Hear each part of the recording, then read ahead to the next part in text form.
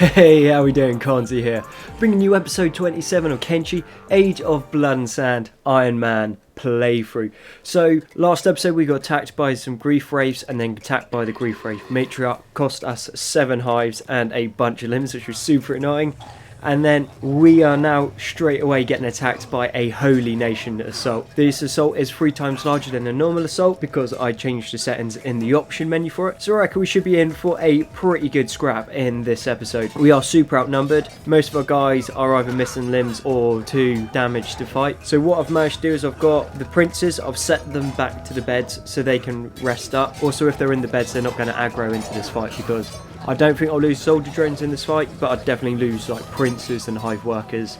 We do not have many of them left anymore, so I have to try to keep as many of them safe as we can. As for dealing with this big horde, I'm thinking I'm going to let my guys fight as much as they can. Obviously it's going to be good training for the hive soldier drones, and then we're going to get Lidus and Ray and start trying to split up the group so they're not fighting all of them at the same time, because I've got the 5 times attack slots put on.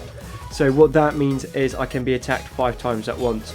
This gives you a massive advantage if you're fighting a lot of things against a single thing. But if you're the single thing, you're at a massive disadvantage because there's 5 of them attacking you. I thought it was more fitting. The Age of Blood and Sand's a pretty brutal mod pack, so I added the 5 times attack slots on. Just adds to that brutality. Also gives you an incentive to run bigger parties to fight bigger creatures. So across the board, it is quite a lot of fun. We do need to take out their crossbows, so the Holy Chosen. They are going to be our main target at the moment. Firstly, we can take them down super easy because they got low stats, no armor, so we can take them in 1 or 2 shots. Secondly, they have crossbows. These crossbows stun you when they hit you, so if you have a bunch of the rangers shooting in against one of your hives will basically get chain locked, and you're in for a very bad time. So basically everyone's down. The Holy Nation are just going to go around looting, but Lidus and Ray are still up, which is good.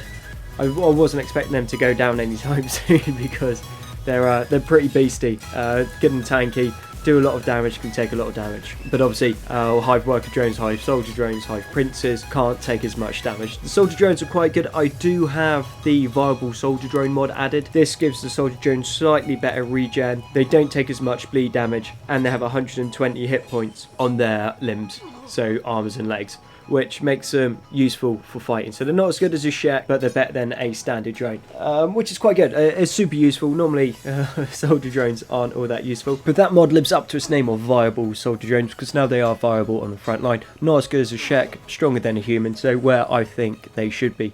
Then with the Hive's expanded mod that we have installed, we're going to be able to get the Hiver plate, which means they're going to be able to have armor that protects their head, which is obviously a massive drawback of the hive soldier drones, is they can't wear a helmet. This way they can wear a helmet, so you're not going to take the random like harpoon to the head and lose a hive, which is pretty ideal for me. I do enjoy that. Well, obviously not getting shot in the head with a harpoon, but the fact that they can survive a little bit more.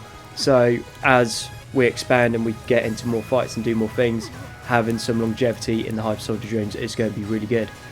But flip side is it does mean when you start fighting the Western Hive and the Southern Hive, their soldier drones are in heavy plate as well, and they have their head covered, which makes them quite dangerous. So it's not completely overpowered and imbalanced because other nations use it as well. So it balances out quite nicely in the long run, and also just gives the hive soldier drones the ability to stay in the fight. And soon as this is a hive playthrough, that is quite important for us, or it'll be quite a short playthrough.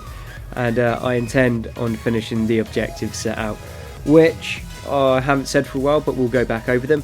We're going to take out the Holy Nation, we're going to take out the Western Hive, Southern Hive, and then we're going to take out Cat Lion. They are the objectives for the playthrough. We are going to try and get Beep and bring him back to the base, but that's more of a secondary objective. I think if we're going to do that, we should have done that at the start, but if we end up going to Morn, then that is going to be a good thing to pick up. I do have a couple hivers that, well, 3 of the hives that were captured by the Holy Nation from our last failed attack. This isn't an issue. Over there, they're going to be safe, and once this attack is cleared up, I'll get Lidus and Ray to go over, liberate them, and try to take any hives that are there back to our base to join us. I am starting to think that we might not be able to hold in this fight. Lidus and Ray are pretty beaten up. Everyone else is down, so I'm just trying to pull Lidus away right now so that he can just try to patch himself up a little bit, because he's got a bit of bleed damage going, so that bleed damage is just constantly going to like drain away the hit points on his limbs. which obviously if they go down too low, he's not going to be in the fight. Thankfully, Nippy has some like really good regen on him, so he gets knocked down and then he gets up again. Oh, wow. Okay, yeah, so Nippy's got decent regen, so that means when he goes down, he's not down for very long. I did notice a little bit earlier that he's taken a lot of bleed damage. That bleed damage is coming from the amount of crossbows they have, which we do need to be careful of, because if the crossbows keep firing at Nippy and he keeps getting that bleed damage, he's either going to be in a coma for a very long time due to the blood loss, or we could lose him. Now, I'm not a big fan of losing Nippy, because he took me about an hour in-game, well, not in-game time, in like actual time, to just to find an Orion Crocodile and tame it. So not something I want to be doing again. And also I've grown quite attached to Nippy.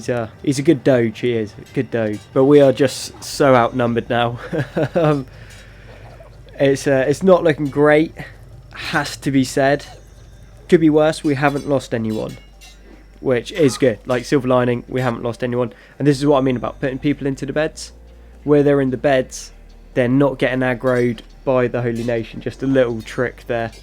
Like I said, not too worried that I'd lose anyone in this fight, because the Holy Nation, other than their crossbows, they don't really have that much bleed damage, and most of my soldier drones have lost more limbs than they have, so the chances of losing a limb are even less because they're robotic. But yeah, going to have to try to keep splitting the Holy Nation up. Trying to fight them in a straight up battle is not working. I should be a little bit quicker than them, hopefully, or not. Wishful thinking. But if I can try to split them apart, so say if I get most of them to fight Lidus, and then most of them to fight Ray, but then only a few of them fight Lidus, then it should be easy. But yet again, there's just so many of them. Trying to disengage to re-engage and getting them to aggro somewhere else isn't happening. And now Ray's down. So the only person we've still got up is Lidus. Ray thankfully has now got back up. Ray, really good regen on him as well. Just going to need to check what's happening at the slave farm. Nothing too much. But yeah, let's get back on with this. Let's hope that Lidus doesn't go down. I mean, he might. Pretty good chance of it. I've got 2 other hives back up. 3 more hives. So I've got 3 extra hives and Ray in the fight. But they won't be able to stay up for long. It's just too many people fighting them. It is very good practice. Their toughness is going to be going up like crazy. Their defense skills going to be up like crazy. Dexterity is going to be increasing. But their actual attack isn't really going to be going up that much, just from the numbers that the Holy Nation have. They're just filling those 5 attack slots, and my armor sucks as well. So they're not going to get too much done, but more of these fights we have, the better we're going to be at having these fights, and then the better my characters, well, my hives are going to become. Obviously, the better they become, the better we're going to be able to deal with this. And one thing I've noticed with Kenshi is once you have a bunch of guys past a certain level, they generally keep the lower end guys alive. Which I guess makes sense, because yeah, your lower end guys go down, the top guys can finish the fight off quicker, then they patch them up, and then they can get back into the fight. So it's all good practice. The more of a kicking we get, the better we're going to be doing with this. Lidus is now down to 1 arm. Thankfully his second weapon is katana, and katanas are his main weapon class, so he's going to be pretty good. But yeah, there is just way too many there for him to take.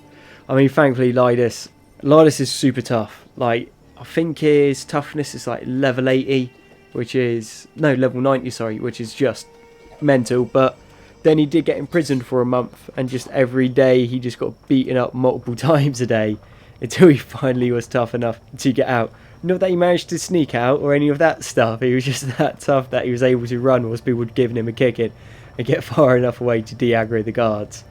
I don't think that's how you meant to do a prison escape in Kenshi. That's it's really not how it's meant to be done. But it's how Lidus done it, and it worked, so I can't even be mad about that. But thankfully we are luring them away from the base. The farther we can get away from the base, hopefully, once the Holy Nation assault has ended, they will, yeah, like here, they're now heading back to their base. So long as nobody gets up and jumps into... Okay, jinx myself. Alright, we're back into the fight. Now, anyone that can get back up will be back up and probably draw them in. Other than I'm going to have Lidus heal himself up. No, they're coming in. Got 2 Cantino. Looks like we got a Tychus, Nippy. So most of the guys are back up now. As long as we don't go in and actually aggro the whole group of the... I really need to stop jinxing myself. But yeah, we would have been able to clear that up if we took them piecemeal, little by little, and just picked them apart. That would have been fine, but we just aggroed way too many. Our guys don't have enough hit points. Their stats are all like mashed up from taking so much damage. I mean, it's not the worst situation, but we've definitely been in better ones. The plan from here is pretty simple. What we want is we want all of our guys to go down. Once they're all down, they'll play dead, and then the Holy Nation will leave. We got a few guys that need bandaging up and healing, but nobody, I think, as of the moment, has lost a limb, which is amazing. I mean, the fact we haven't lost anyone yet is insane, and we haven't even lost any limbs. So that is a really, really good turnout for us, and kind of what we needed considering what happened last episode, because we didn't fare too well in the last one, but these things happen. It's Kenshi, it's a part of the fun. It's what I like to describe as a Dark Souls-esque RPG sim strategy. I think that's a fair way to describe it. But the plans for the next episode are going to be pretty simple. We need to go down to Flats Lagoon. We're going to go to Flats Lagoon so that we can get the Western Hive culture books, because they have the Hive traders spawn there pretty regularly, so you can get the books from them. Nice and straightforward. We'll need to go head down to the Adventurers Guild so we can get an Adventurers Guild caravan to come back to the base, because we need more hives. But we will have to wait and see what happens, because the last couple episodes have been pretty brutal and we have not been able to get out the base. So depending on what happens, it might work, it might not, but that's the plan. With regards to the Discord, that is still going ahead. We're working on it at the moment. Turns out I'm not super tech savvy, so it's taking a little bit longer than I thought it would. We will have it up and running as soon as we can for you guys. It seems the Holy Nation is now bored of us, thankfully, so they are leaving. We're just going to get everyone up, get them healed. Okay, so we got one of our guys being attacked by a Holy Chosen. Not a massive issue. I'll just get the hives that I have in the area to go up, give him a bit of a kicking. Now, talking about hives, we're running low on them, so obviously I'm going off to the Adventurers Guild to get some more. I will need a hand naming them, so if you want to name a hive, just comment in the comment section below, and then next time the hives come around, we'll be able to use the names that are recommended. And I think that this is a good time to end the episode. So thank you very much for watching episode 27 of Kenshi, Age of Blood and Sand. I've been Konzi, and I look forward to catching you on the next one.